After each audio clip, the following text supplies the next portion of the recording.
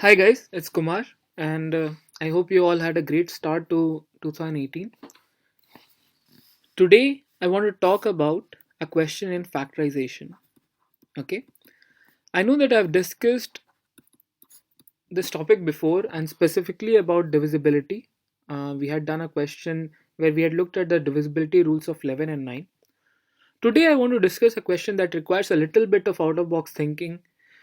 Knowing, being very strong on your basic concepts will actually help you solve this question.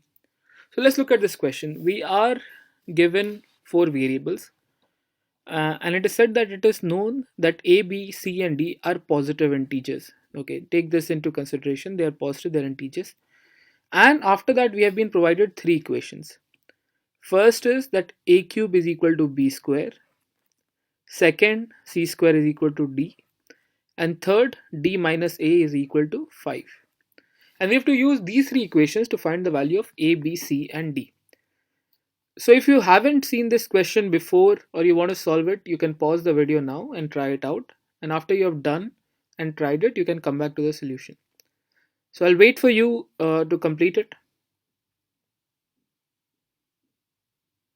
Okay, I'm not going to wait. I hope you have actually paused it and done it.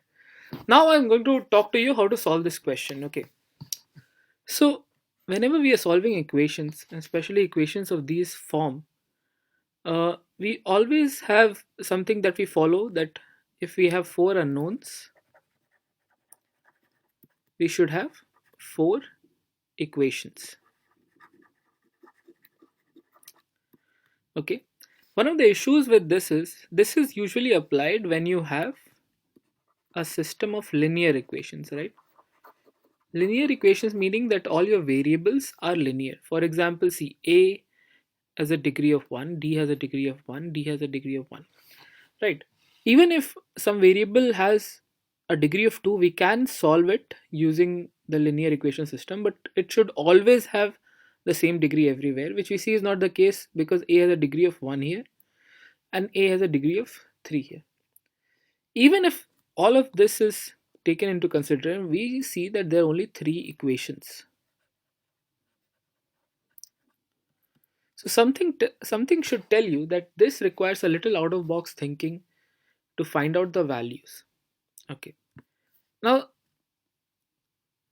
let's start with this equation. I have D minus A is equal to 5. I'm starting with this because, see, there is equation 2 that tells me what is D, and there is equation 1 that tells me A, right? These are the two variables that have been specified in separate equations as well. So I want to start with the third equation and see how, if I input the values from the first and the second equation, that helps me. Okay. Now if I combine the second equation with the third equation, I can replace D with C square, which I directly get from the second equation. Okay, and A, we have to slightly modify the first equation. We had A cube equal to B square, right? So I can write A is equal to B to the power 2 over 3.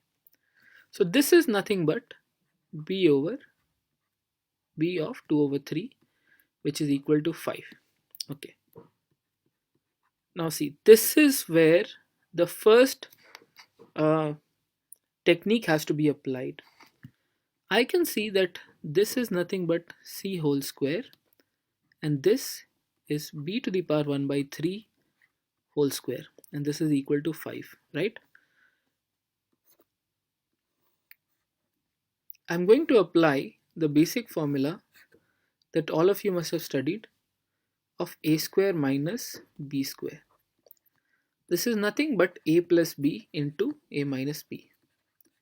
So this becomes C plus B to the power 1 by 3 into C minus B to the power 1 by 3 equal to 5. Okay, let's continue the same on the next page. So at the end of the first page, I had got two equations. I had C plus B to the power 1 by 3 uh, and C minus B to the power 1 by 3 equal to 5. Okay, Now you'll say that okay, this is just one equation, right? Let's call this equation 4. Why did I say there are two equations?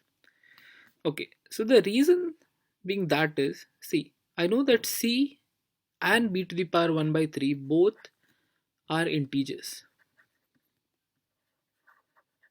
right? Similar is the case here. It means this term, let me call it big X, and this term, let me call it by, they are both integers which have been multiplied to get a value of 5, right? Now if you see, there are, since 5 is a prime number, there are not a lot of multiples of 5. So the only possibility is I can multiply 1 and 5 to get this value of 5, the product of 5. Also, I can say that because x is having c plus b to the power 1 by 3 and y is having c minus b to the power 1 by 3, x is 5 and y is 1. This is the only possibility possible. So, what we are eventually getting is that c plus b to the power 1 by 3 is 5 and c minus b to the power 1 by 3 is 1. If you add both the equations, you'll get 2c equal to 6 and c equal to 3. We have been able to find our first value. Okay. If you put this into this equation, you will get that b to the power 1 by 3 is nothing but 2, which tells me that b is 8. Alright, let me see if I can find. I know that d is c square, which means it's nothing but 9, as I know c is 3. And let's look for a.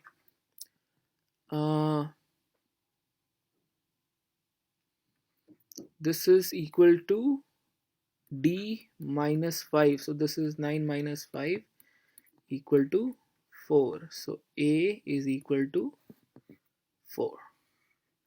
This is the only possibility that you'll get with these set of equations. So if you can find any other set of values, please let me know. Please comment. I don't think there is, but if you can, please let me know. Another thing that I want you to think about is that I said that c and b 1 by 3, b to the power 1 by 3, both are positive integers. I want you to think that okay, c is given to be a positive integer, but why is b to the power 1 by 3 I can directly assume to be an integer?